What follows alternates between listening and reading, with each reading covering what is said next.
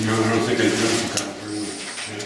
That's where I kept everything. Oh, come on. Somebody's gonna have a pencil. I'm doing well. We get a pencil. Got a knife? Yeah, I've got it right. There you go.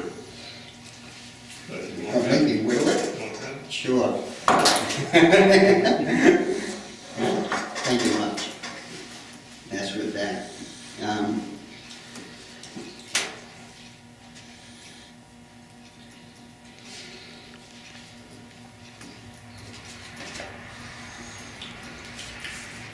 Well, we don't know where it was on Moon Pond, but there are business directors around. You never know, you might be one. I know there's one in 1907 or 1904 in Akron, I don't know, somewhere around that period of time. But I would say this is 1920-ish, 1925. I don't think it's any earlier than the mid-1920s.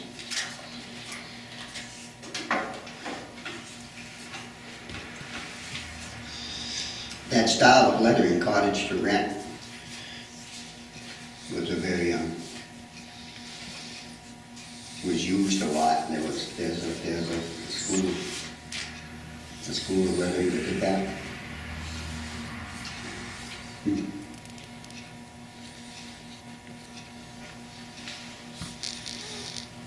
My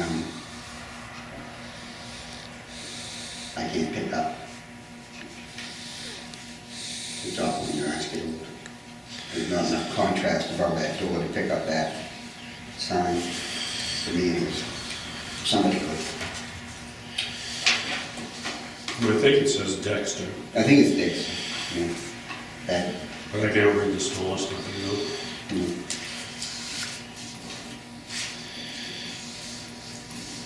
$5 is 5 cents.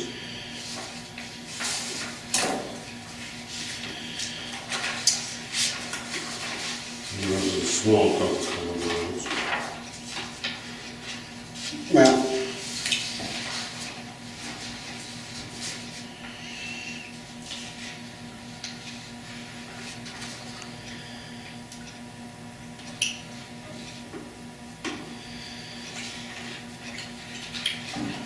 you want to start this thing? I don't think you're going to control it.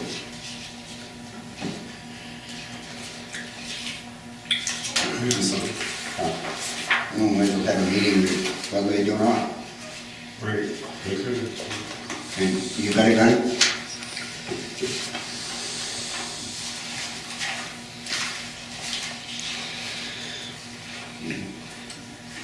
Want a minute, so knock that up, you think? Well, we can't vote on it. Huh? We can't vote on it. No, But I can look at it. yeah, you can look at it. Actually, I can give you the copy of the ones that you did accept.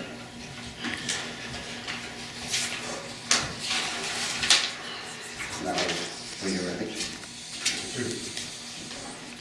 You already read those. Last week's. I don't think I changed anything.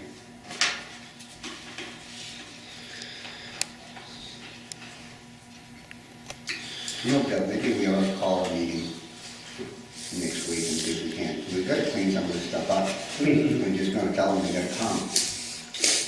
Maybe Frank will be back and We'll find out, yeah. it might not be official, but at least we get something done. Because we're that time behind. Well, since you were part of this last year, I was thinking, Dick, I don't know if that's gonna, not pressuring anybody in any direction, but I just changed what we had last year and threw in a couple of themes.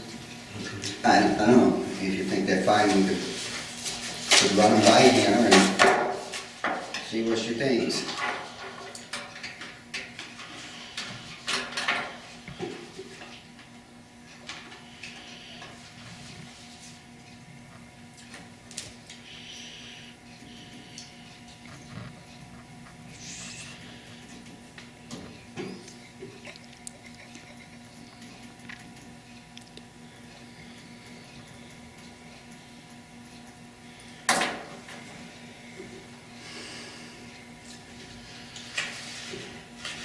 basically the same thing we had last year, it's just I changed the thing around.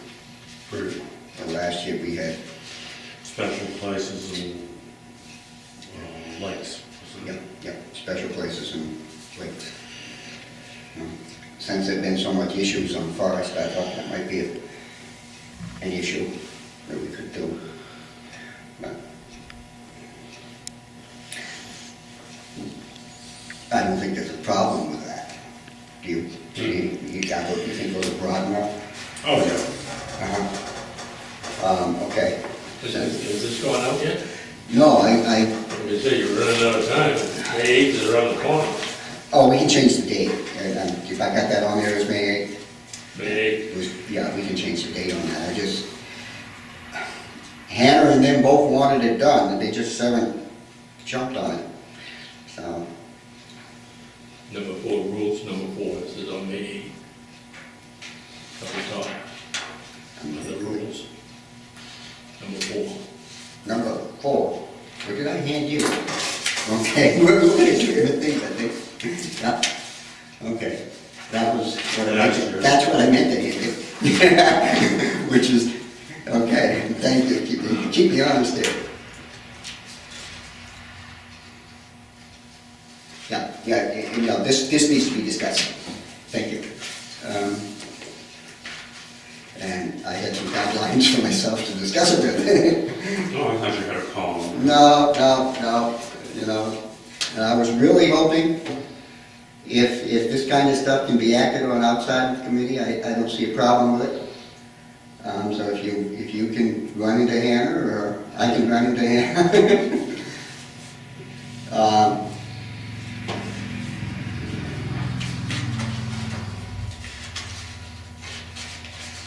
I guess I can use an extra copy of that, but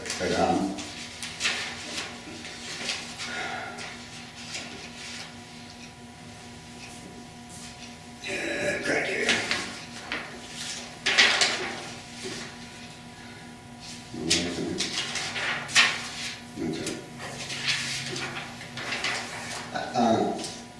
Other than adding the themes, I don't think that changed anything. Right. I think we discussed this after the poster contest. Mm-hmm. So these are all suggestions that we had afterwards. But there are some things we want to discuss. There was an issue about the size of it last year. No, And I still think the larger poster gives the kids more option. I don't know about the cost of it, you know. And I don't know, you know, the judge can make a determination. You know, just because it's smaller doesn't mean it's of less value, just, you know. So, do you think we ought to give them two sizes? I mean, do you have anything on here about? That's what I think that's what I gave away and gave back and gave to Matt. I had, the things I had to bring up were the size of it, who they should be turned into. I don't know if it's going to be the same person. I think Hannah did some of this, and I think that she did some of the stuff we talked about before, which is that there was a minimum size. Okay. Okay. As opposed to All right. I think, at least, you know, I mean. So I'm not in the loop. Well, no, but you didn't know. All I got is what I like ran into her at the post office when she was running home to get Spencer, so I didn't get a lot of detail. I'll tell you what I suggest. If you think this doesn't need to be changed, and the teacher needed something like that, if she hasn't passed something already, you hand that to her. Yeah, okay. And likewise, this stuff can be discussed between you or whatever, because it doesn't, you know, I don't have any input on it per se. I think it went over well last year. She's already picked out the prizes and stuff. How that was going to be paid for, we hadn't discussed, but you got to. Oh, I put in money for that. All right. Nobody give you a problem with it? All right. the press. She had talked to Mary Waterhouse last year to put it in the Observer, so I think Virginia's writing the column now. Oh, okay. I think Virginia DeBoer is writing the column for that. Yeah. Yeah. So that, Mary is doing, does, no, that's criteria. I don't know if we can have the same judges in but But we don't have a huge number of people to pick from. you know, but we could find some. So, well, again, all right, let her do, you know. Yeah. So those are the things that I had concerns. So if you want to cover that with Hannah, Okay. I'll let you. So is there anything else you can think on relative to that? Yeah.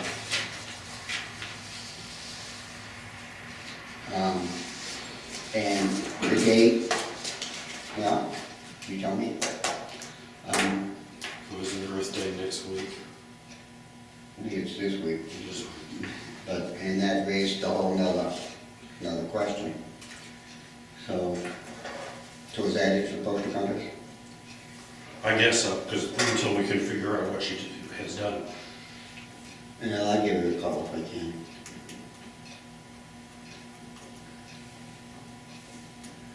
I don't mind that. We said it was a committee, so it didn't have to come, it didn't have to come before us. But, you know, Well, she's the only one that's got anything to do with the school at this point, so.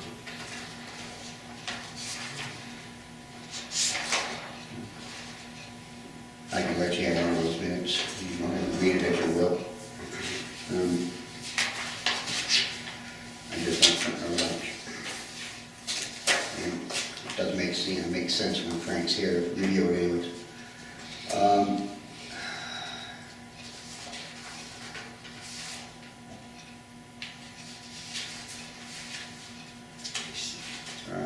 Speaking of Earth Day, we did that for the Apple Fest a couple of years ago. We made, the Conservation Committee had a self-promotional kind of thing. And it was largely cemetery stuff, but there was some of this here, which was just a little something. It's a photo I took a long time ago, but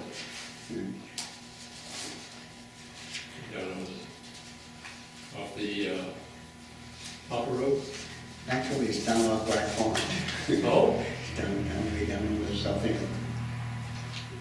Is that pretty though? It's a pretty piece of ground. It's part of that South Acton swamps that they want to protect, and it's beautiful. It's an old village. You know, it's the upper end of the village, but it really is pretty. A lot of wildlife down there. That's why Vernon liked it, you know, a lot of wildlife around it. Anyways.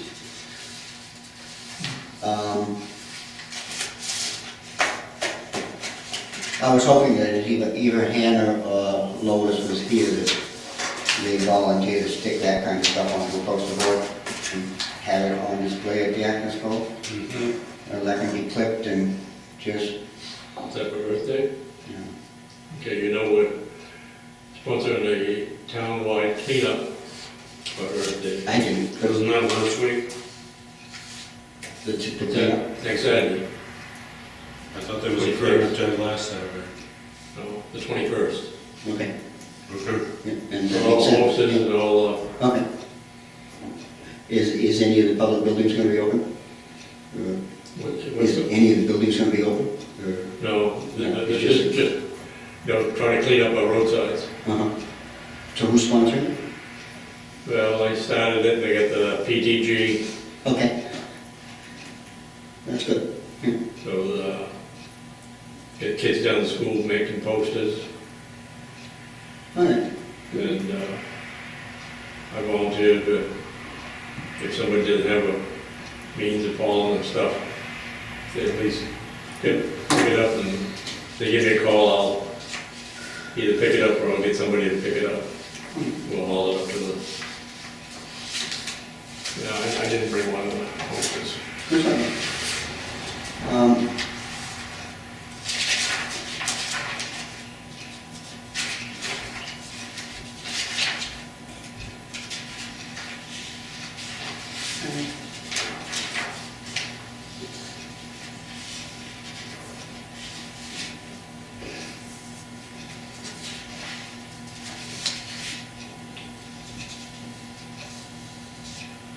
No, you know, if she's already started the poster stuff with the schools, and obviously they'll change. But I didn't know. You know, I didn't know. I don't think we had made any suggestions. If they had, I don't recall it. No, I don't have to go, that's just, you know, it made sense, fine. I was just trying to find some things. I know we did something that, I don't know where it went, that Lois had last to my knowledge. Well, the posters and stuff, yeah. I have no idea what happened. And she had them for, she said that to the thing, and it Yeah. was like, anyway. Yeah, we go put something up. Birthday is Sunday. Well, I know, that's why I said, I thought they could go into the girls' school and just do it, and didn't, you know, might stay up for a week or two, or might stay up for length of this stuff. And,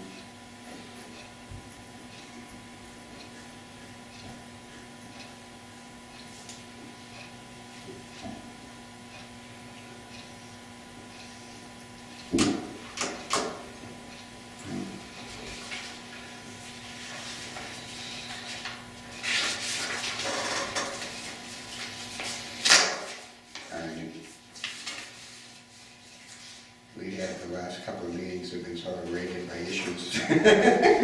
No, we haven't really, did we mention that about 3 months ago? And, Well, she hasn't been here because she was taking a B class. you know, well, Have you put anything in for your budget this year? Yeah. yeah, we didn't, I don't think we gave much to this committee, it was still mostly cemetery stuff, you know. Okay, how much did you put in for request for? I don't really remember at this point. No, Not a lot. Well, this has come up, you know, over the years, and I know a couple of years ago, the committee, the conservation committee got beat up pretty bad by people on the Warren Point committee, because, you know, I think the Lois was looking for too much money and whatnot. So I don't know, I'm a collector of the town reports. I like to look at them all, you know. And so I went out with my little box and miscellaneous town reports. I pulled out a bunch and just looked to see what the various towns appropriated oh, okay, support of cemeteries, you know. yeah, So that, you know, if somebody thinks you guys are asking for too much money, then, you know, I think what it was, Lois took it upon herself to dig into the statutes and found out what some of the responsibilities are. And then, but other local, the selectmen and Warren Finance Committee, you know, aren't familiar with what is required and what other towns do. So I just thought that was Interesting, is actually quite a bit higher than that, isn't it? no, that's probably what he told me, you know, whether he puts more into it beside that, I think that's probably, yeah, I think you're right. And that I find the North Berwick thing interesting, because I know that Pastor Cole did an awful lot of work on the Revolutionary, you know, and, you know, I know Bob, and he did a lot of work on Revolutionary stuff, and Mr. Levi uses him as a guy, and that's good. Lebanon again, Lebanon has always put a lot of effort into cemeteries, they have a good cemetery set of records, and that's part of the problem, is nobody has been. Yeah, but I just wanted to pull these numbers out so that it's somebody, you know, No, we questions, can't. you know, why, No. you know, why are you guys trying to get so, well, it's, you That's- know, look at what the other towns are doing, you know, they're gonna be doing a heck of a lot more than what we're doing here. So, but, I spoke to the, you know, I went to the Warren Finance Committee meeting for the Acton Shapley Historical Society, and I turned around and told them that I felt, you know, that both history and cemeteries are important, and that, you know, my personal feeling is I think, you know, we should be doing more. I know you guys have been trying to do more over the years, but so I don't know. Well, my take on it is,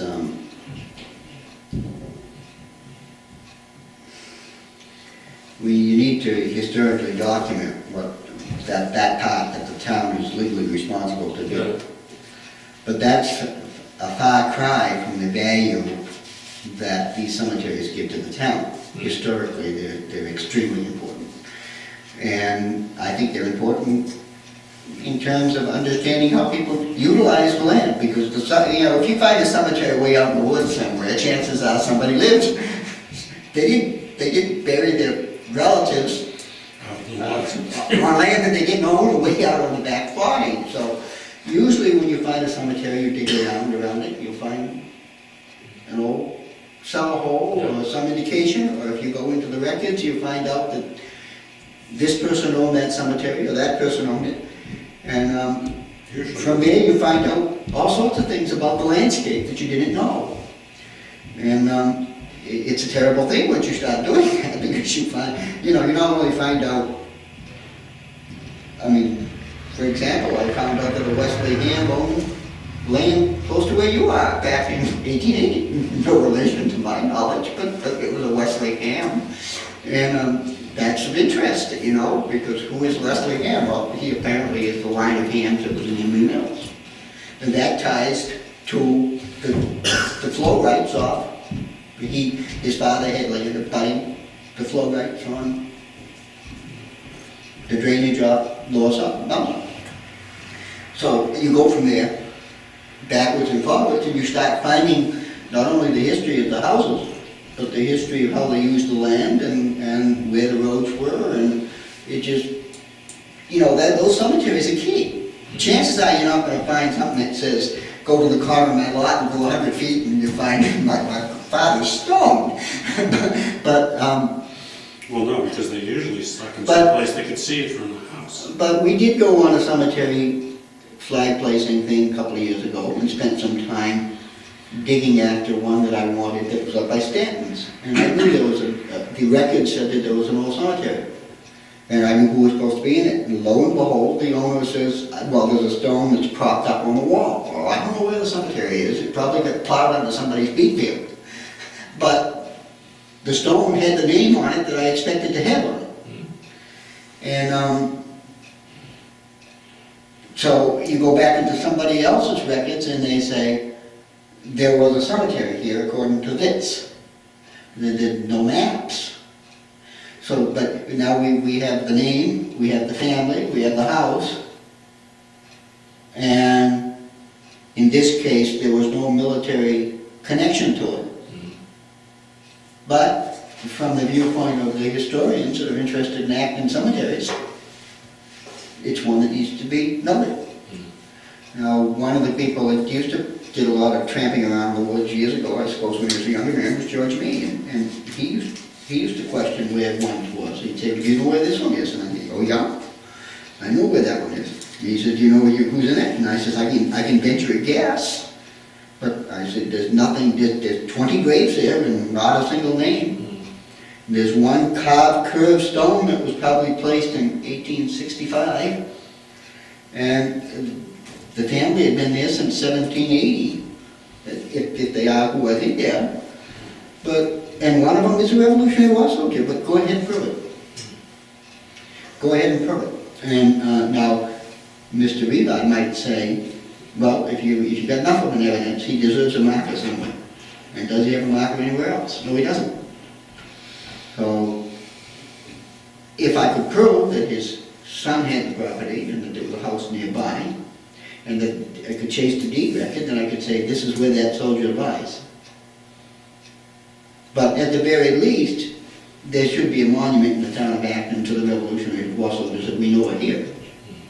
You know, and that's the case. You have records that say these are soldiers that died in Acton, and now it behooves this committee to find where they're buried. Or will the real Joshua Brackett stand up? You know, you might have three. But will the one that owns that cemetery stand up? You know, so it does becomes a fun chase. You know, you mentioned your mill pond, and you know, who owned the mill? Is that a Brackett mill pond? Bracketts were interested in it. Another family was, and another family was. Chances are, it was originally built by Sam Hubbard, or he had interest. I won't say he was originally built, but that mill pond was associated with Hubbard, and I believe Perkins that were to the north of you. There used to be a grist mill. Right. That was, right, you knew it was a grist mill. Yeah. And to be truthful, I can go down a rabbit warren sometimes because there was a name associated with that particular piece of property that I thought was someplace else. But once I started reading the records, I had the same names, and lo and behold, I said, okay, Wesley, you're wrong. That's where that is. Because, you know, I thought, you know, where I thought another grist mill was, I don't believe there ever would be enough water to turn the wheel. If there was water, but not enough to turn the wheel. But there obviously is in your place. So, and, you know, and to me, whether you own it, or I own it, Bill owns it, or anybody else, that's our history. It's not to be protected by any individual. It's open. It's an open history. And it's to our benefit to know it. Well, that's why I'd like to see if we document some of this stuff, you know. Yeah, I think it should be documented. It just, you know, I'd like to see it documented in the best way possible. And obviously, believe it or not, a good fraction of this cost is, a good fraction of the effort that is spent by these towns is by people that don't lay a cost to do this. It's just like this printed matter, I mean, it comes off my printer, and nobody's paying me for it.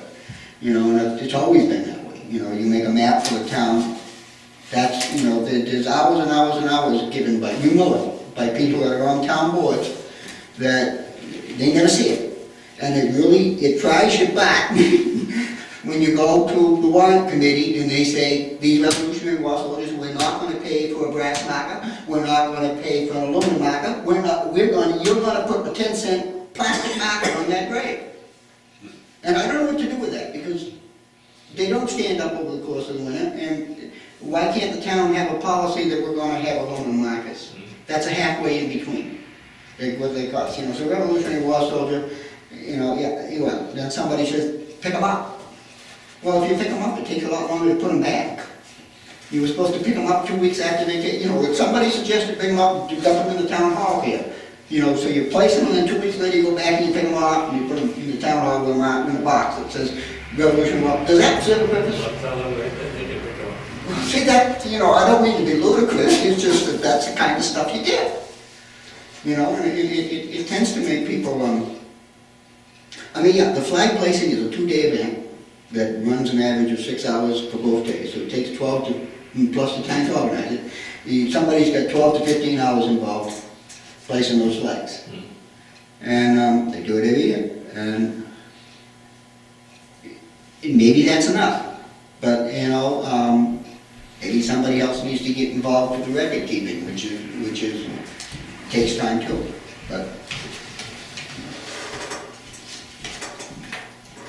But no, it is fun. Do we have, does Hannah have a list, or you have a list of where every one of these? Yeah, I've had lists, I've given the town maps, you know, we've given the town maps 2 or 3 times, they got lost 1 year, and we gave it another copy, look where it is now. They're a work in process, we can't validate them. Now, yeah, North Shore. And we only have stuff that it's got to be a veteran in it.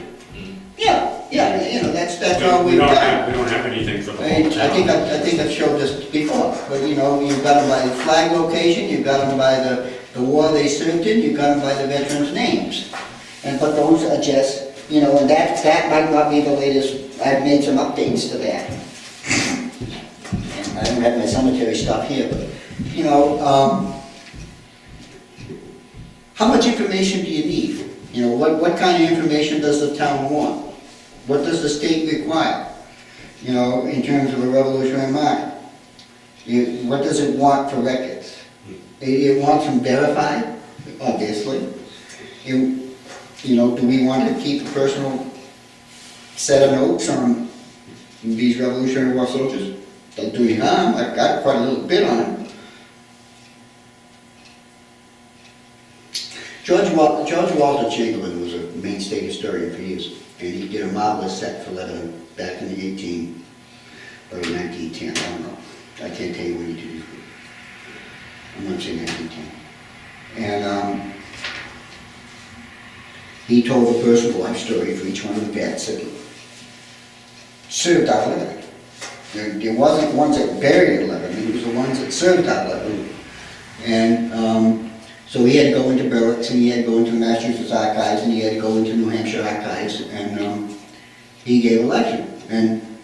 But that's not what we're asked to do. We're asked to put the flags on the ones that served and that are buried. We don't care whether they served from Vermont or served from Pennsylvania. If they're buried in Acton, then they're our responsibility. But that setup is an access database, so you can flip it around and you can sort it by the war, you can sort it by their age, or you can sort it by their name, as well as who's buried in what cemetery. And yeah, Dick, I've been working on a lot of private cemeteries, but some of them I really would venture. I'd hold back on putting them on a database.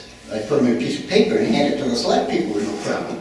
But then to hand it to somebody and say, stick this out on the web, that I'd be very leery about. But, you know, on the other hand, if somebody wanted to go through and verify Frost's records and said, this is who's in this cemetery, that's a great thing to do. Because the stones you could read 20 years ago, you can't read now. That unfortunately is happening all over the world. Well, no, it's from the stuff in you know, I'm a bibliophile. I like the written record. We have TV shows that talk about genealogy and all sorts of things, and they create a whole thing out of what's in the records. And out of record gospel, well, let's say that. But you know, to be truthful, if you work one record against another, chances are you come up with a pretty good shade of the truth. You know, whether it's 100% valid, I don't know. You come up with a pretty good shade of the truth. And there's a lot more in the record than there is on the landscape. But what is on the landscape is critical. It's a critical component of it. And if you can interpret that landscape backwards, you not only learn a lot about the people, but you learn a lot about yourself, and you learn a lot about the town.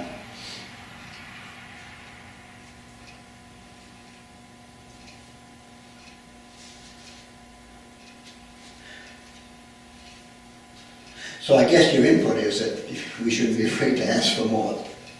That's what you said.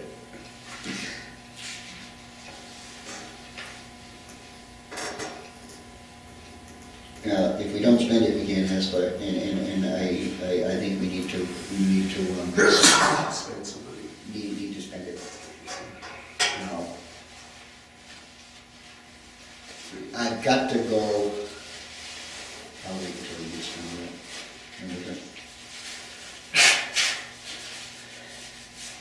No, it's interesting reading. When you look at it in that form, it's interesting reading. You know, am I 100% sure of everything that's down there? No. You know, that's what I collected from Olive's notes, from historical record, and from what I could find when we were placing stones around. And what you know, but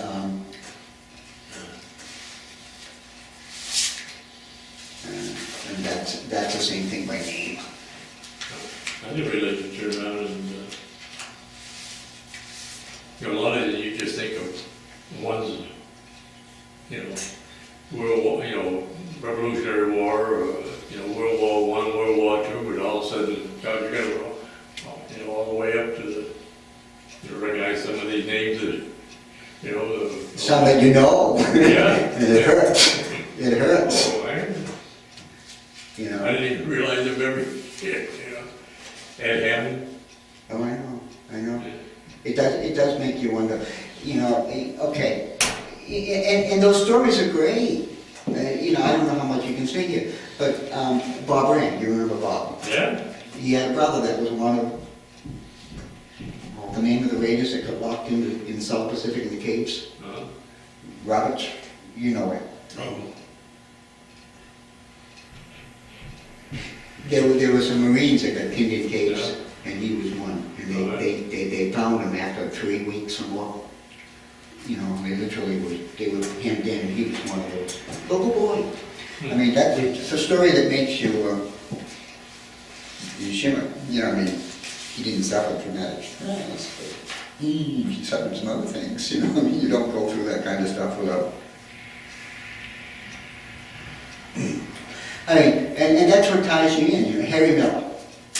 Harry Miller, I don't know if he served in the war, but Harry Miller played the band locally, and he was quite a dancer. But he served with the Red Haze. He played in the band with Red Haze. Red Haze was a beat cop in Rochester on the square for years and years and years. And do you remember it? No, but I mean, my father was a beat cop, so. I shouldn't use the term, but you know, when it got to the point where he was phasing out his life, his work life, they stuck him on the town square directing dark carpet before there was a light there. You know, so he was a good light. I remember him doing that for years. But Red Haze was a phenomenal boxer, and he sparred with the best of them.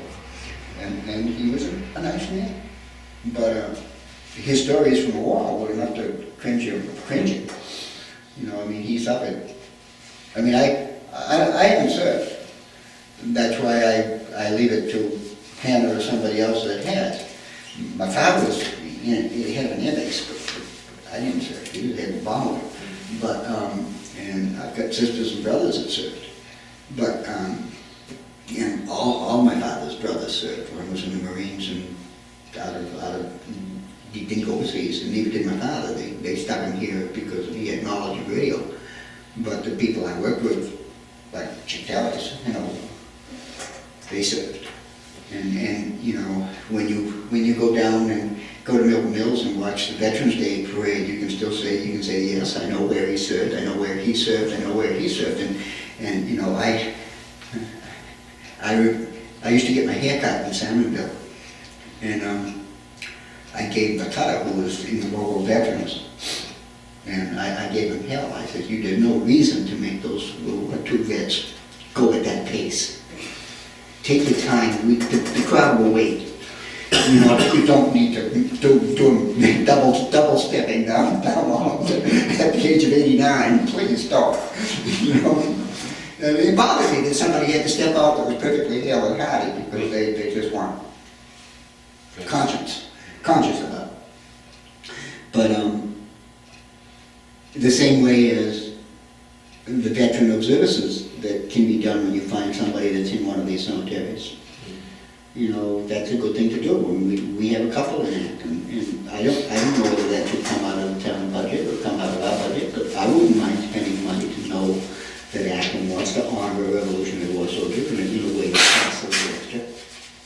You know, and because it does. I mean, you know, and yeah, you're not going to fly their grandchildren, their descendants here to see the ceremony, but you could get the local vets to do something. Mm. And you can clean the thing up and you can make it presentable. But that's part of the problem, is these cemeteries in Acton are so poorly kept that if you had veterans there, you couldn't have a public event around it. You know, I'm not being funny. I mean, the trees are falling down, the storms are bad, you know, where you got to park people. You know, and Mr. Rivard's done a good job, and he's done it out of that budget. But like you say, That's twice, 3 times what we spent. Yeah. Well, that's what I So say. your point's well made, your point's well made, you know, but like I said, we have to spend it before we can ask for it. And we're negligent in not doing it, you know, just all there's to it. You know, I've got some work in that. And to present it, you know, to keep it as a running database, and then to make it a presentation that you can print out for the town to have. Is, you know, what do you think the public is interested in terms of information? Who the soldier was, where he's buried, when, you know, his vitals. And I don't see anything else, you know, what unit he served in, you know. See, this is one of the problems we have. If somebody comes in, you know, start digging into, you know, family history or whatnot, and then all of a sudden, where do they go? You know? Well, that's a two-sided, you know, if I go into the deeds office and I find a deed that was owned by my great-grandmother that I was really digging at for a long time, I don't mind spending $10 for it. If I made a trip up to Belknap, New Hampshire, up to Laconia or something to find a deed, or down to Gravelwood to find it, I don't mind spending $10. I don't mind spending $10 to find a soldier that's buried here in Acton. And I've done it, and I don't pass that on because it's my own curiosity. And I don't think that is necessarily the money that is spent here. But it is a lot of the time. If you go out and spend a couple hours a month digging into this stuff, it's still time and money. But the problem is we can't seem to take this and turn it into something that we can say, Acton has got a nice clean bunch of cemeteries so we know where they are. Well, part of the problem is a lot of these are on back roads. A lot of the cemeteries in Acton are not on the beaten path. Sure. Okay. Thank you. But to me, Quite a few of them are. to me, is the problem is I go through this list of names, and I don't see the name as a cemetery person. I see the name as Dana Winchell, and who were his 5 brothers. I know who his 5 brothers were. Who was his father's 5 brothers? You know, I know that too, because they're all tied to the history of Acton. Okay, I know that Matt Treadwell lost a brother in World War II. And I know because I went to school with some of the cousins before I came to Acton. And I know who Daniel Wood was because I was buried in the church on whose land the church was built in Southern Lebanon. You know, and I know who Philip Worcester is. And I know that he was married to one of the bigwigs in there was a group of 49 men that was dished out, something like 35–40% of the state of New Hampshire belonged the property of these few men. His father-in-law was one of them. He's buried in Acton. Up until 2 years ago, nobody knew he was a Revolutionary War soldier. Nobody listed him as a Revolutionary War soldier. And I says, how can this be? You know, not only did he serve in the Revolutionary War, he served as John Paul Jones. He was on the Ranger. We have 2 others that were. So to me, it's not just that they're Revolutionary War soldiers, but they were on the ship when the French saluted us and recognized us as a free nation. That's a powerful piece of history. He was the first when another nation recognized the United States and saluted a craft of hers. He was on that ship. You know? And I know that the first mate that he had to salute to, he had to listen to Reveille in the morning, lost an arm in the next battle. You know, and you know, and I also know that he was married into the Prescotts. I also know that he has a son that probably served in the World War of 1812. That nobody even knows where his grave is because it's so far out into the woods, but he's out there. And you're always working on this, you know, the Creek 11 come up and say, you know, West, you know where this one is? And yeah, I do. I know where that guy is. Now, we had a man come up from Virginia and says, I'm looking for Gilman's. I'm also looking for Willie's. And I says, now. I says, well, Willie's lived up on Willie's Corner. Well, do you know where Willie's Corner was in Acton? That's one of the problems I have. You know, Willie's Corner, well, that's just the point. If you develop a town history, you develop a town shift of places, a shift of names. Hubbard's Corner, South Acton Corner, South Acton, Hebo, the Joy neighborhood. You know, these are all terms. Pump Box Brook. You know, these are all little knots. We used to know where they were. So, yeah, I see the value in that. And I also see the value in saying, okay, that's got a granite marker that needs to be looked at. Now, Worcester's, I've got to ask, because it's in a private cemetery. If I was going to be nasty, I could say that was a church cemetery, but it's on private property. And it used to belong to a church. But it's private property. That stone needs to be reset. It's like 45 degrees to me, and I just told you how important a man he was. And I've got to go see the lady that owns the cemetery and say, is it all right if the town of Acton spends money setting that, or do you want to do it yourself? No. She's been trying to figure out. You just got to be careful that if we're not careful, we could just be spending, you know, big bucks on trying to maintain Oh yeah, some of the stuff. yeah. You know? But and all, you know. Because when you stop and think of, What Lois was trying to say is that the town of Acton is not only obligated to fixing the stone, but they're obligated to care of the cemetery that the stone is in. And that's a gray area. You know, it'd be enough to me to see the stones fixed. You know, and yes, if you could get interest in these, if you could really get people that like history interested in this, like Father Cole is in North Berwick, I can almost tell you that there's somebody that's dedicated to this cause in every one of these towns. And, you know. yeah, but in Acton it's you.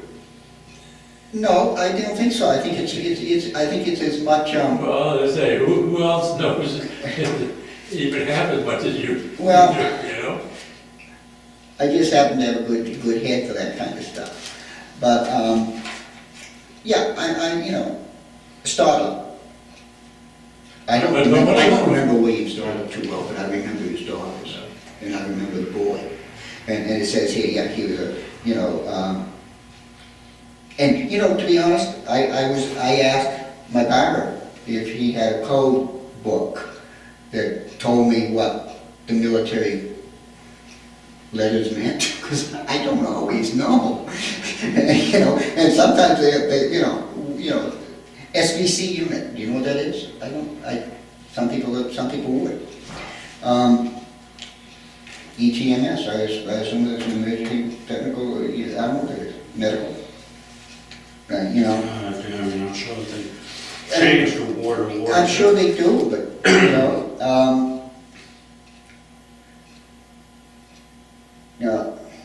I don't know. It says U.S. sub. It doesn't say anything beyond that. So I don't know what that was. He was in the 26 U.S. Was that a unit that was associated with the Navy or not? I mean, Chief Warrant Officer is obviously Navy. I would think. But you know, yeah, you know, it keeps going on. You know. Well, I didn't mean to get you off. I don't think you can, because you know we do keep spending time on this, and I've been interested in the core of Berwick, right along the watershed for a long time, because everything that's anything in this neck of the woods went to Somersworth. I mean, sometimes they went to Wakefield, but most of the trade goods, most of the logging, everything went to Somersworth and down. Went down through the Berwicks. And the people that banked the properties and mortgaged the properties and took over the properties quite often from, yeah, there was some of it came from Sanford, but a good bunch of, at least 2/3 of that side of the town, it ended up going down to the Berwicks. So that Berwick, the families of Berwick, the family histories of Berwicks is very critical to Akron history. And yeah, the Langleys, I think they came out of Newmarket. The Lords came out of the Berwicks, the Merrills came out of the Berwicks, the Masons came out of the Berwicks, the Palmers came out of the Portsmouth and Rochester. Rogers came out of the Berwicks and Cary. Prescott's came out of Brentwood via Gilmington. Robertsons came out of Newmarket. Shermans came out of Gilmington, but they were down in Massachusetts. So you go right down through these names and you say these are families. And yeah, one's a Revolutionary War soldier, but for every soldier, there's probably 7 or 8 names that are important in Akron history too. So that's what makes it interesting. Clinton Horn was Victor's brother. Mm-hmm. I know Clinton because I've known Louise forever, and that's the way you pull it. And you've got a Hussey and a Hubbard. And you've got the Hubbard Road, and you've got Hussies buried in Barrington. The Hussies, there's a Hussey cemetery. Oh, there's a Hussey Hill Road in Barrington. I'm using sort of Stratford. It's one or the other. Yeah. It's on if you go that 202 up to. You keep finding them. One of the. And what's even worse is it's a dead end type of thing. We've got a brick house up here. You could get confused.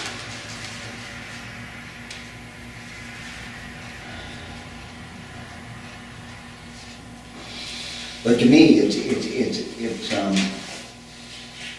it takes time to open up. It's like explorating. You get so you know the terrain you're in, and then you have to go out and go a little farther afield. And I told you a couple of weeks ago, I don't know your neck of the woods too much, but I make it inroads. Once you do, you see how it connects. Once you start making these connections, you see. And I don't know an awful lot about the area up and around Perkins, up around Swan Pond. I know a little bit, and a little bit about the ridge. And there's a whole pile of the old stagecoach road up across there that's an interesting history up and through there. We don't know much of it. I don't know much of it. But well, it's really too bad. I know, like in my own family, I didn't realize until all of a sudden, one of I guess the last of my aunts passed away, and then all of a sudden you turn around and you get questions about your family. You realize that, hey, there's nobody above me anymore. There's nobody to ask the questions to, And, I used to. As time goes along, and then each one of us has a certain amount of information, and I had the benefit of spending a lot of time with older people. I worked for a lot of older people when I was young. And they would talk without realizing that I was 20 years old, or 14. They would talk about their father's friends. And before you know it, you got to know who their father's friends were. And then you start putting these names together, and it's a puzzle that takes you back. And you run into somebody, and they'll say, well, did you know him? And I say, yes, of course I did. He died 50 years before I was born, but I know who you're talking about. And why is that of value?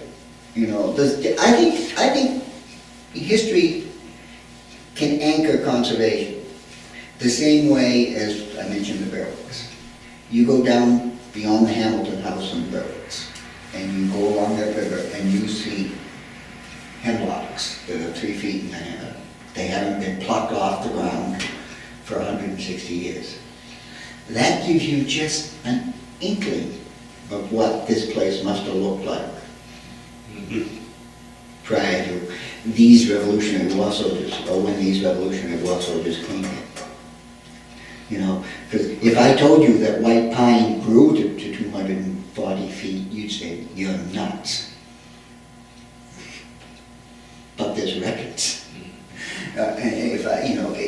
And as a committee, we're talking about the proper use of landscapes. A town forester comes up and says, you need to harvest pine every 15 years. You need to have that past growth. As a woodworker, I say, what good is it? You see what I'm saying? Well, there's no strength in it. Yeah, it gives you a good bulk. I mean, we're not growing paper, we're growing wood. And the same thing applies to the animals, and we can get off the cemetery stuff. I keep looking at, because my main focus still is conservation, and I don't know as much about history as I know about land use, but and that's critical, you know, because that's what this committee is about, and we've got some good people here, you know. Hannah's got a good interest in agriculture, a good interest in the way Athens was, and we need to preserve that. And Lois is committed to the town, and that's fine. You know, Frank is a tremendous asset. He's been through a lot, but he's a tremendous asset. You know, I wouldn't even begin to pick his head in terms of knowledge of geological issues. I wouldn't try. You know, and there's other people around that have that knowledge, and we need to put it together and to do something active. If we don't, I don't mean to be chatty, but if we don't, we're going to end up getting somebody coming in and saying, this is how you got to do it, Hank. And they're not going to necessarily do what is good. Have a whole different outlook. I mean, little things. You know, I knew the guy that was chief project engineer for when they built Merck. No, I know you had something to do with Merck in the town, isn't it? And I don't know, personally, Merck makes a lot of sense. I'd rather see it burnt and get energy out of it than bury it in the ground like they do at waste management. You know, I thought that was a good choice for the town at the time. And I still think waste burning is a better option, short of recycling everything, which has some downsides to some aspects of it. You know, it has its concerns too. But I thought it was a good thing to do. And it bothers me to see that option. Is anybody talking about building another plant similar to that? Or are they talking about just sending it into the waste stream? I don't know. I know I shouldn't have brought that up, but it's... And they turned around, I was reading the paper that just a couple of weeks ago, you know, they're talking about shutting it down, you know? Yeah. Buying them out, shutting it down. But this is one of the things that I always try to get people benefit to focus on. Yeah, you may not like it, but what's your alternative, you know? Absolutely. And you better turn around and realize that, you know, what it's costing the city of Benefit to get rid of the trash, you know? They have special contracts and whatnot, and, but as I say, it goes the same thing, even Acton, Alfred, any of the other towns around that is sending the trash in there, and all of a sudden, hey, if they shut it down, what are you gonna do with it? That's the trouble with trash. You have to get rid of it, you know? Yeah. Well, you know, the part that bothers me about it is that if people would separate their garbage out from their trash, the thing would work a lot better. Well, yeah. Well, this is one of the things that bothered me, okay, or bothers me today, is that back when I was a selectman and I was involved with Burke, and Burke at that time had specific restrictions on what you could put in a hopper. And all of a sudden, today, you go up to the transfer station and they put anything in it. You know? Well, GE, no restricted, you know? Yeah, when GE built that plant, there was a lot of things that were working out. There was some good stories coming out of that plant when they first built it. You know, they had some problems. You know, when it was first went online, there was some real problems. Whether it was management, whether it was design, whether it was... So it was design. You know, one of the things, you know, when the people were complaining about odors. Yeah. And then all of a sudden, you know, I'm from Acton, I could care less about odor, right? Right. No, I was concerned because I was Yeah. on the committee. sure. I would turn around and when we have a meeting, if I would go in an hour early, and I'd go down, and I'd park on the street, and Yep. just watch what's going on. And one of the big problems they had is in their main building where they were sorting the trash and everything, had great big doors, 16-foot high, 10-foot wide, and all of a sudden a truck comes up, beeps his horn, and all of a sudden up comes the door, and all the orders come, And, well, then all of a sudden, somebody finally woke up and said, well, okay, what we'll do, we'll put an airlock on. So they turn and put a little addition in there. Now the guy goes up, beeps his horn, the first door opens up, he goes in, the door closes, then the second door opens up. Now he can go in and no air, no water, no odors can come out of the main building. Yeah. The other one was that on the smokestacks, they turned around and had they have what they call a bag house, filter out all the particulate. And once they get plugged, I forget, it bypassed. That's the way the initial design was. Okay, once the filters get plugged up, up a certain pressure, it would bypass and let everything go up the stack. Okay. Finally, so they turned around and changed that over to turn around and put a switch on there that once all of a sudden they showed that it built enough pressure because the filters were getting plugged up, you shut down the boiler. Okay, so that nothing. It did automatically bypass the filters, the bag house. The initial design was a lot of problems. No, so, No, I think that's an interesting discussion. I think that's an interesting discussion. Well, anyways, we did, you put this as design to it, but, I had mentioned Mika, we were gonna bring it up, but, to force Hannah's. Oh, I should tell you about that. It was Saturday. Okay. They asked me to be on their board, which I thought was a little strange, considering that, I'm not sure whether Hannah ever sent them any money or not, but they're going to put me on their board of directors. Okay. Don't ask me why, except that they're desperate. But I guess what was Marcel Pollock or whatever was talking to Keith Fletcher, and the two of them decided that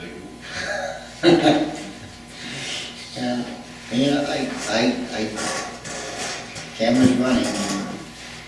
So I just, as I said, it's a... figured that we might find out some more stuff if... No, it's fine. It's fine. It's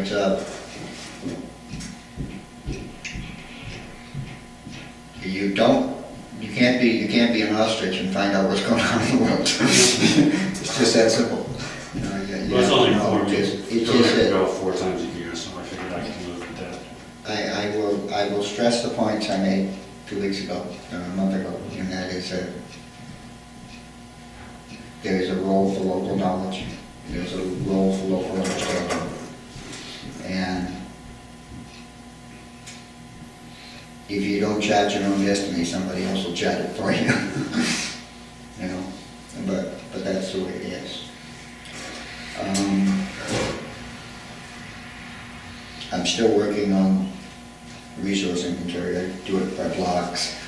I'll present something when I feel like reaching it. I'm probably printing up 105 days, which I really don't feel like doing until I get it down to a point where, inks cost money. And, it's just too bad that, there's nothing in the budget for the work that needs to be done. It's just where it is. I know that the larger printer you have, the cheaper it is to cost to print a piece of paper. It just works. When these little printers that you have in your house attached to your computer and what I have attached to mine are expensive to run. It costs money. But whether I like paperwork or not, you can't really discuss things without having some.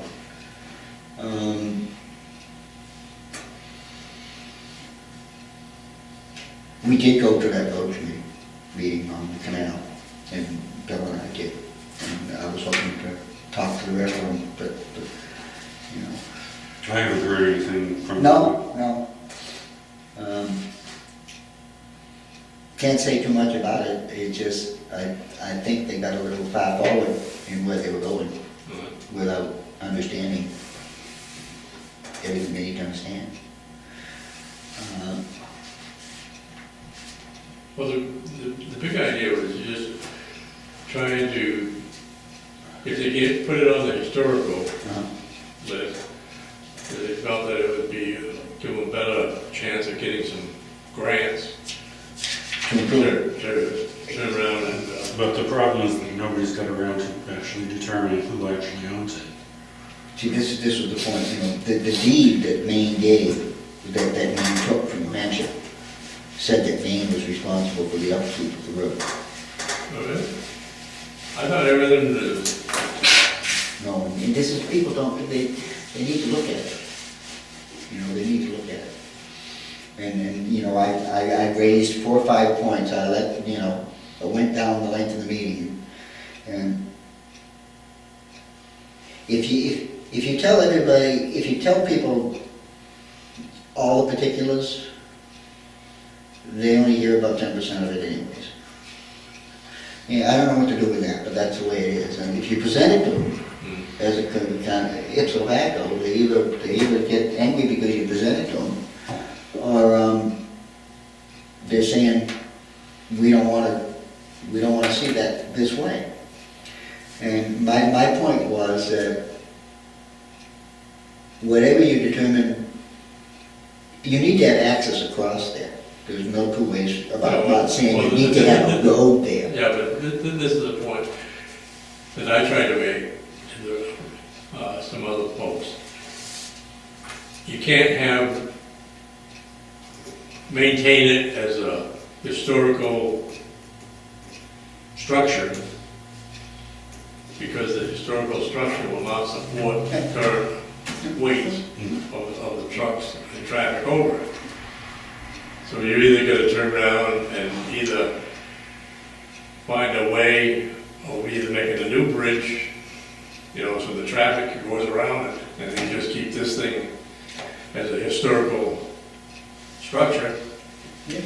But you can't have both because, as I say, with you know, the trucks and. You could have it serve a use, but can it serve the use that they want to have? Well, Can it take passenger yeah, cars yeah. at a certain rate of density? Yeah, but You know, to be allowing logging trucks. logging trucks, And, you know, and I said there isn't. Cement trucks and. And there's no fundamental engineering study to tell me whether, although I assume personally, that the bridge is built on the top of the sidewalls, which at that particular point are probably ledge. The whole length of that canal is not built on ledge, but parts of it are. Yeah. And where the old mill sites used to be, and there used to be 3 or more along the length of that canal, Really? where the old mill sites were. And this again is history that nobody really is looking into. They should. But there's a lot of thinking that can go into analyzing that. And a lot of people know a couple of facts of history and then they extrapolate it from there. You know, you can raise all sorts of things, like where did they put the water when they were building the canal? That tells you something, doesn't it? Just asking that question tells you something. You know, okay, you work in the Navy, you understand that there's such a thing as copper dam, you understand things, you understand dry docks, you understand diverting water. And chances are, some of that technology was understood there. But it still raises the question of what the land looked like prior to the canal. And how was the water used prior to it, and how has it been used since? And as a part of the Conservation Committee, I'm as concerned about watching within the last 5 years a storm event go down through that canal and say, my gosh, you know, that canal was more than bank full, you know, and I am concerned about the structural integrity of the stonework, which is the reason to put it on the grades. That's true. And I probably would come down on the side of keeping it as a historic structure and finding another way to deal with the needs of fire and access. Yeah. And, you know, I asked the question of Well, why is there can't- any dry why can't they hydrant? make a new bridge? There is, You know, but- okay, but if it's fire, we put subdivisions in the town, as much as I might not like them, we put subdivisions in the town. And one of the things you often see on a subdivision plan is dry hydrants. Mhm. You know, I assume there's some fairly expensive buildings on the Acton side, Mhm. up and through there. And what is their protection? Mhm. You know, is there access, would a dry hydrant be an option? Could you get a pumper there fast enough? You know, is there water access in the wintertime? I mean, would that be one avenue to look at? You know what I'm saying? But what's the dry hydrant gonna do with the, Fire, just fire protection for, you know, they're saying that we need that bridge to get our fire trucks from Wakefield fast enough over there. That was one issue. well, yeah. And Yeah, but you're not carrying water, Yeah. you're not carrying water. But If you a carry. dry hydrant isn't gonna help, That's up, it's a question. Does a pumper weigh more than a loaded truck of water, Yeah, or not? yeah. That's the only point that I was making. It's the same way as, when they built the fire station down here. Personally, I had a question about the thickness of the slab. Since it was cantilevered out over on New Field, I had a question about the thickness of the slab. Because that's a lot of weight. If you leave loaded trucks in there, then it doesn't make an awful lot of sense to leave empty trucks. That's, you know what I'm saying? How much, what is the design criteria of this building? It was just a concern. As a citizen, I had to ask the question. I wanted the answer to that, because it seems like there's only a 4-inch slab under there. I don't think it's 1/6. You know, obviously you can put rebars, but I assumed it was compacted fill.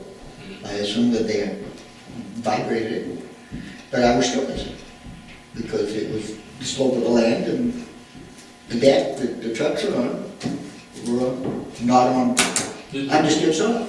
the original plans is on the backside was gonna be basement under there. So anyway, those are concerns that I had. And those are some of the kinds of concerns you have relative to this kind of issue. And, you know, so I asked them to But take. anyway, you guys are involved. We went. I don't know how much more, I raised the points that I was concerned about, But we haven't heard anything, neither one of us has heard anything. It's thrown back into the road committee at the moment. Well, yeah, but it. The select people believe that it's the road committee that should be steering this. Which, that's the way, isn't that the way it was interpreted? Yeah, because the road committee wanted to form a committee with some of us and the Acton Wakefield Watershed Alliance people and stuff like that, and the select people said no, they wanted it to stay in the road committee. So, which, rather than have a separate body. So, I was saying, the way it was, headed was that it was more of a historical portion, and that's why I think the selectmen would turn around and wanted, you guys to be involved more than the road. well, I think we brought it up and opened the doors for that. I just, they made it part of a bigger picture relative to the other historical stuff that's being done in Wakefield. And I says, you need to look at this by itself, because it stands alone by itself, because it's something that's not shared. Because it's shared on a body of water that belongs to both states and maybe federal interest, because it's in the watershed is federal. That it's not just an Acton Wakefield issue. It's also a New Hampshire water control and Maine water control protection issue. I mean, I'll ask you, does the Acton Selectmen tell somebody to go up and draw down the water at Wilson Pond or at Great East? In your years, did you ever call up and say, we have to draw that water down, we got a crisis? Who does that? The, well, like on Wilson, right, the selectmen gave that to the Wilson Lake Association. Gave the responsibility for that dam. Okay, and somebody on the Lake Association actually lowers the boards and lifts the boards? That's interesting, you know, because,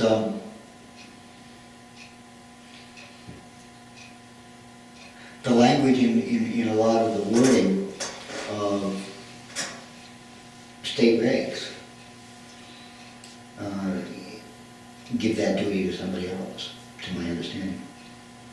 There's water rights on that stream. You know, those rights were not transferred when the deed was transferred. So, if you have rights to water, then you must have the rights to control that water. So, you know, there's select people in Acton could, you know, my point is who actually does it. I don't know the answer to that. I don't know the answer to that. I don't know whether somebody, you know, somebody on the Wilson Lake Association actually, to my understanding, there's a fixed date that the water is drawn down. Now, maybe somebody on the Lake Association does it, but somebody else is giving it his marching orders. That's my point. You know, somebody makes a determination when that's going, you know, that's listed in the paper. Drawdown is October 1st, or drawdown is this. I mean, that, you know, so there's something there that isn't totally understood by me or the rest of us. How is the reading? That was the only point I was referencing, and I'll leave it there. But anyway, I don't think there's anything else I can add to that.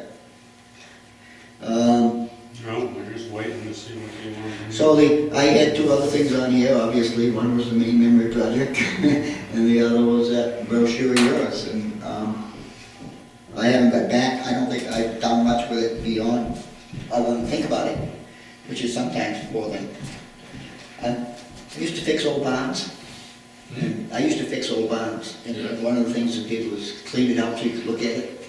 It's really hard to fix a structure when it's loaded.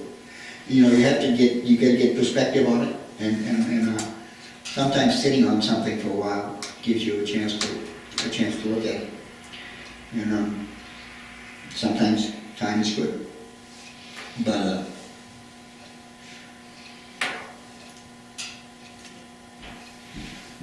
I didn't get to the historical meeting the other night.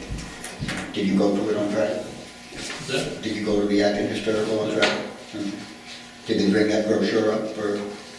Well, they say there's only 2 people there, so it's just like You were one of them. you know, and they hadn't met for 2 months, and it was just kind of a catch-up time to. No, that's what we're having here. But nothing. I turned around and I was asked to redo the brochure. So I updated that.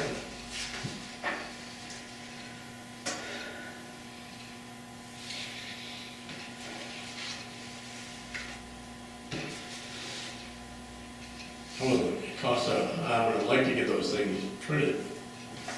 Do you have to make up quite much? Well, as I say, I stepped over to Staples over in Rochester last week. I was over there last Friday, and so I asked how much it would cost to have some of this made up. So for 100 brochures, $118. Oh gosh, really? That's stupid. That's stupid. I mean, I do this kind of stuff on a print all the time, but I can't say what I do the church bulletin, which is quite colored, but that's it's only on Cape Standard's 24-week stock. I just printed that on my. Yeah. So, but the regular one is on a heavier paper. What's that? The regular brochure is on a heavier paper. Yeah. Yeah. As I said, I used to have I had another printer that had this Corel platform on it that allowed, and you could snap snap this kind of stuff out off the quit. But, yeah.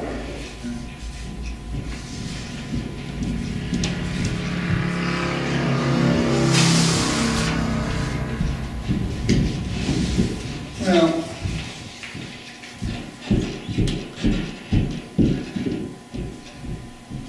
I know, I probably would like to see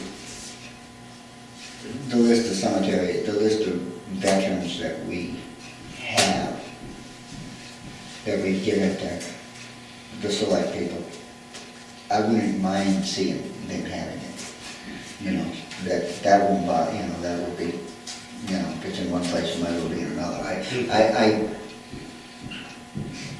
gotta be honest, I don't like town clerks charging me to look at old books. You know, me of all people, I don't like that. And whether it's at my town, I don't mind paying the fee. That I don't mind. I didn't word it right. I don't like them not allowing me to thumb through the book.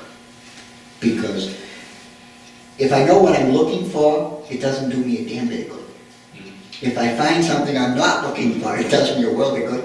Yeah, oh, no, You understand that. I don't know how many times you're looking for something, but all of a sudden you find all of these other stuff. Wow. Oh yeah, I mean, I spend a lot of time in deed records, and I always look at the book, the page. If I know I'm going after something, I'll look front page and back page, because quite often they're connected in strange ways. That somebody went down and registered the deed. Hey Bill, if we bought that property, you go to the deeds office, take this in and register it. You know, I mean, this is the way that works. You know, or you know, that deed from your father that you never recorded, and you ought to do this at the same time. You know, I mean, you know, that's a reality, and so often you find these things. And I don't believe that public records, they need to be protected. You know, when they did the county records over, we protected some of them. But I'll give you a case. There's a local library in New Hampshire that has a set of old newsprint that they've got on microfiche. But they don't have a microfiche projector to read it with. They don't cost that much.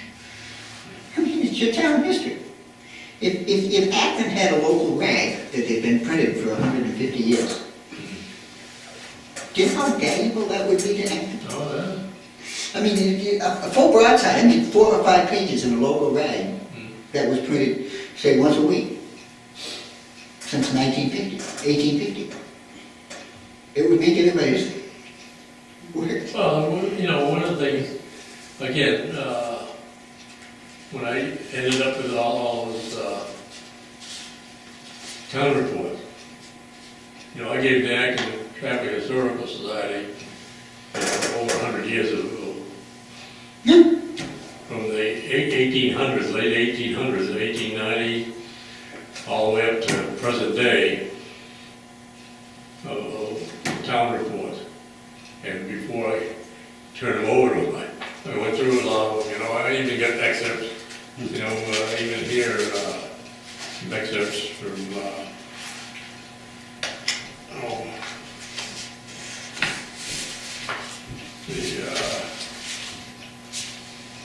in 1934, 1909.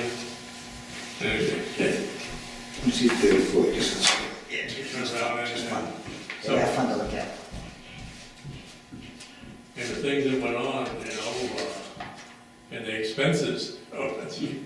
Okay, you go right down through this and you say, okay, Old Shepherd, that's Olin Shepherd, Andrew Patch, Stephen Nuttall, I assume that's Sam Garvin, you know, that's Andrew Fox, John Garish, John Heffner, John Old. Look what they're getting. You know, Their annual pay, you know, it's just, $1.23.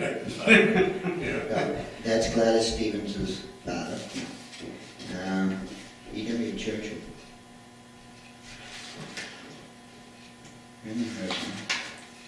Fred Barlow.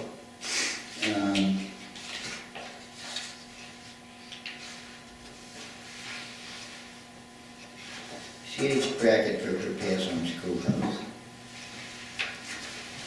I don't know which bracket. Well, something selection. BD matches, I don't know.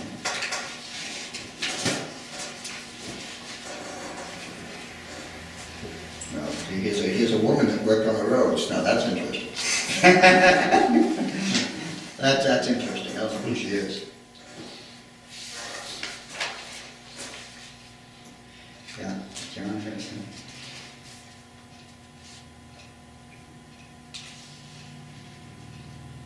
I don't know.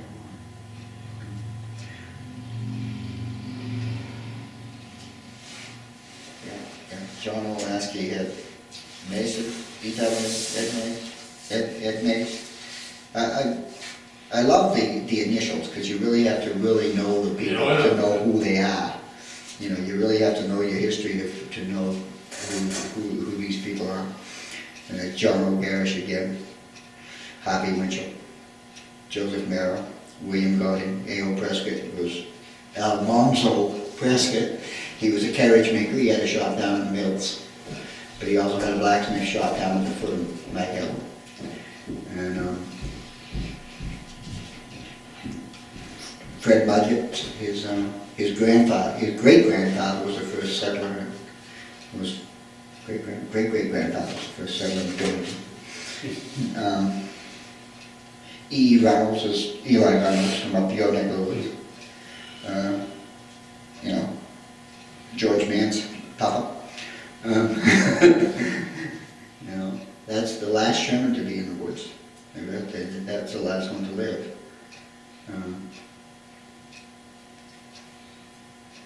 Ed Mace's father spent a period in the Holy Land. He couldn't come back because he didn't have the return trip. he thought that the Lord was coming, and never, you know. So the people in East Rochester who was related to him paid for him to get back. Mark Twain actually paid for part of the fare. That's history. That's real history. I just found it utterly amazing about the schools and how, you know, what they paid the teachers. Yeah.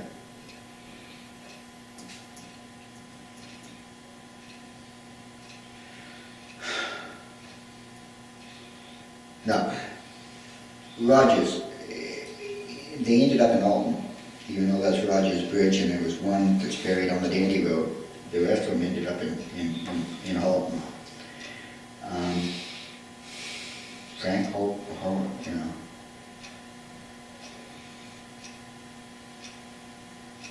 Now, what's interesting is things like the structure of the old bridge.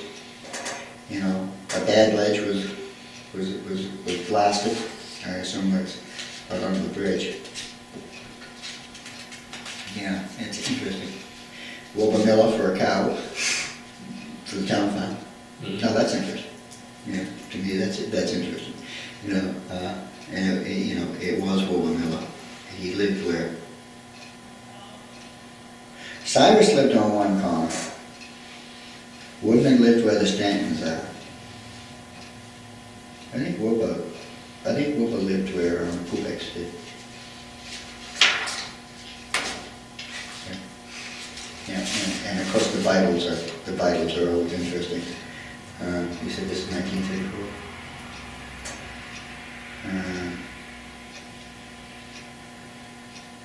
Oh, the teachers. Okay, teachers. Who was born? You know, that's where I lose it.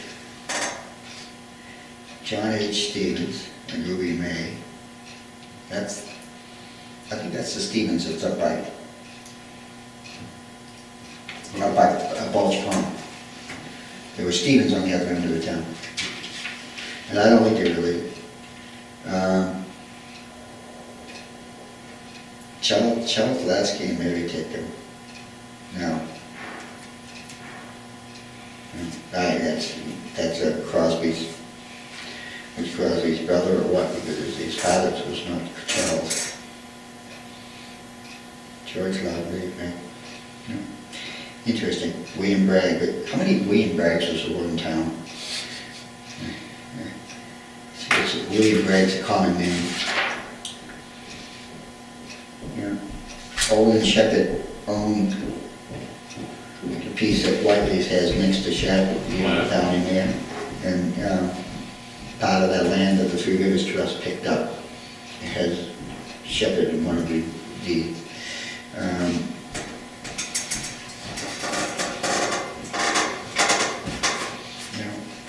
Eva Burroughs, Frank Small. Fun, definitely, okay. George W. Love, Frank.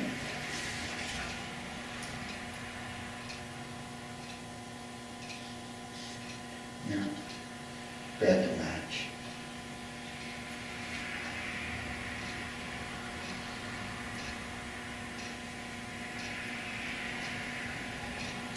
He was old at the age of 77.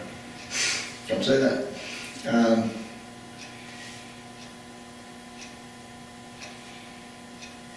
Yeah. And Charles A. L. Tidwell, clerk.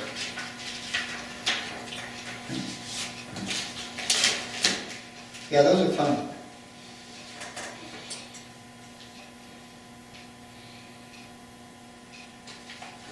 $1909. Oh, okay. Now, when did Louise Jefferson took over the Courier? I'm trying to think who she bought it. It was Jefferson in the 40s. I don't know who had the Courier at that time. It was a guy that printed it. But it's interesting that it's printed by the Rochester Courier.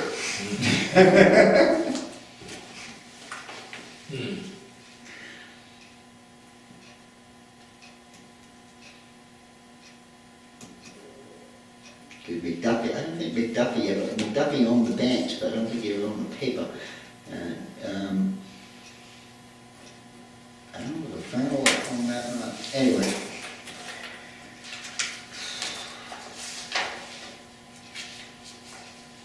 Oh, it's nice having you, Dylan. Dick, I don't know what else we're doing. You know, what else? Is there anything else that you had?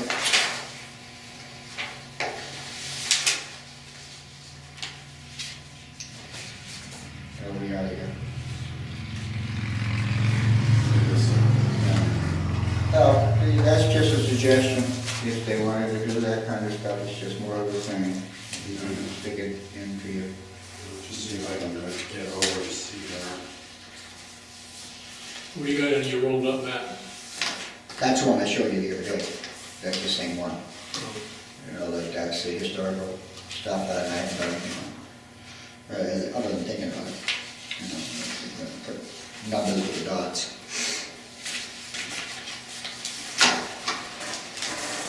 This is interesting if you ever looked at it that way. The Three Rivers Trust donated a bunch of books to the Springdale Library, you know, which is good. And one of them in there is forestry habitats.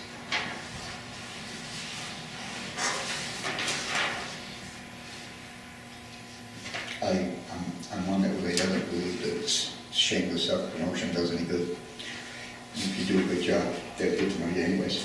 You know what I'm trying to say? Mm-hmm. But having said that, there's sometimes putting an image of where you want to go, you know, gives you some insight. Such as, you know, I don't believe, like you mentioned before, mission statements really don't do a lot. You know, they really don't, because, you know, you get cross-directed anyways. Mm-hmm. But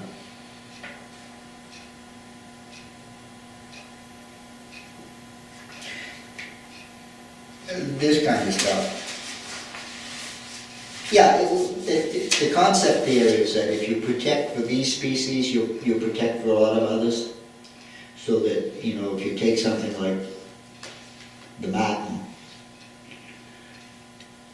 he needs such a big territory, and he likes mature forests that you protect other animals that, so they're called focus species.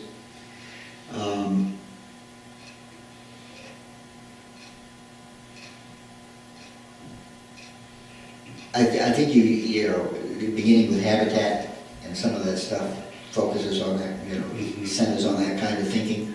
So you start looking at what it actually takes for these animals to survive in habitat.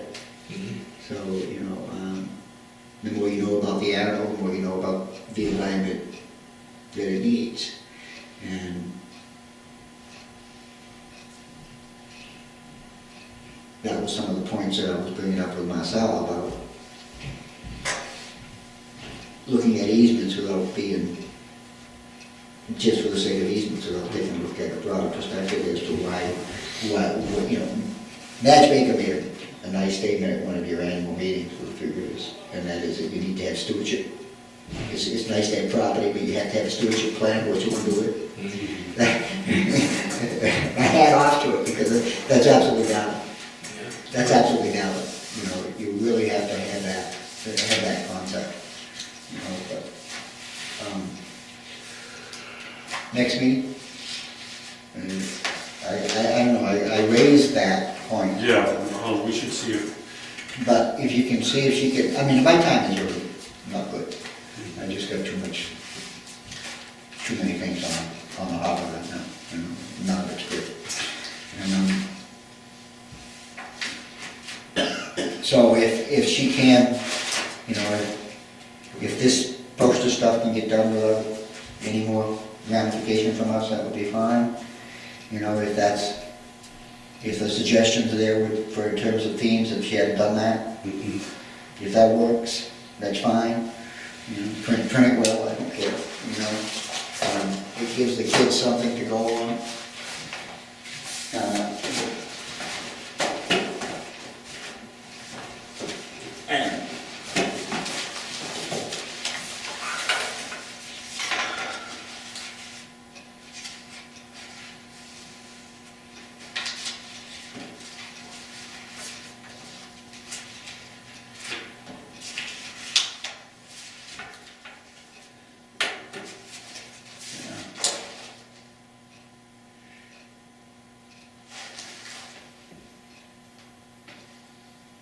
Where's all the rest of your members? Where's Frank? Frank's in Texas. He's in Texas, visiting. He's visiting one of his sons. And he did tell us last month. Yeah, he did, and that's fine, that's excused. But Hannah knew there was a meeting tonight, and, you know, just,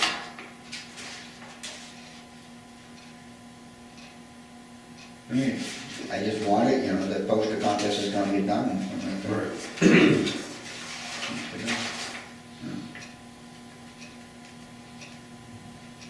And I just gave it a little bit of thought, that's all, you know. The same way with the Earth Day stuff, I don't know, you know, you stick on a poster and do it, I don't know, the time of the it's just,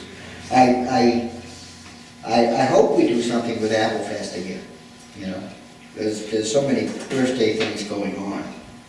You know, there's one over in Concord, that Bradford was doing something, and, you know, there's so many things done all over the place. Thank you.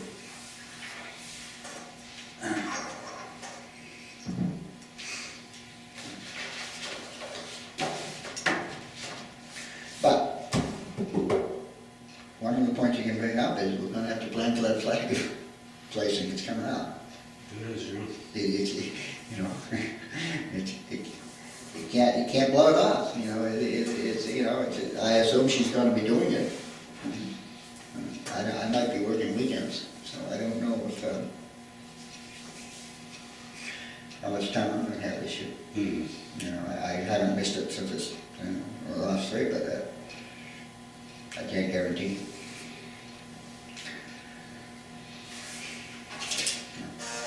So, you know, I'll leave it this way. She might have to start earlier this year.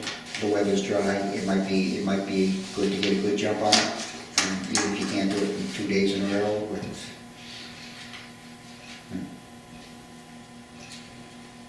And you, Yeah, if we should have spread it over more days, I mean, we should keep going. And I can certainly, I seem to have missed the last couple of whatever. well, I know where they all are, I mean, I can do it, it's just that, you know, you could just do it and just put them on, but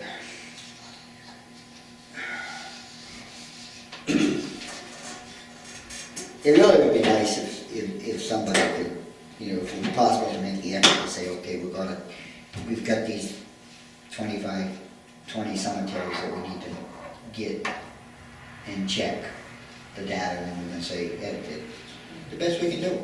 We're gonna find out material, whatever, but at least we can check them out. You know, and we'll go with what we got, you know. You know, you can put it out there and say, well, if anybody finds out what we did is wrong, please correct us. Yeah, I mean, how do you do that kind of stuff? I mean, what would, you know, that's one suggestion, you know, just, okay, we think we got it right, but. Of course, that's an invitation for all the people with all the indirect stuff off of the internet to correct the stuff that's right. That's the problem with the internet stuff, it's so often wrong.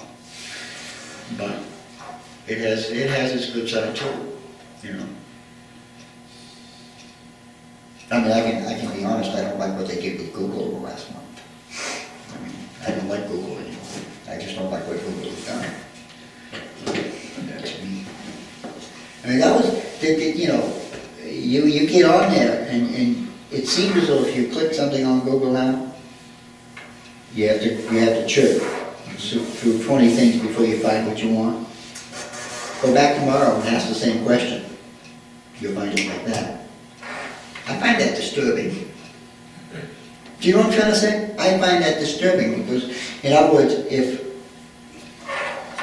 I know these facts and I'm looking these things up, now it becomes much easier for anybody else to look them up. Does that bother you in any way?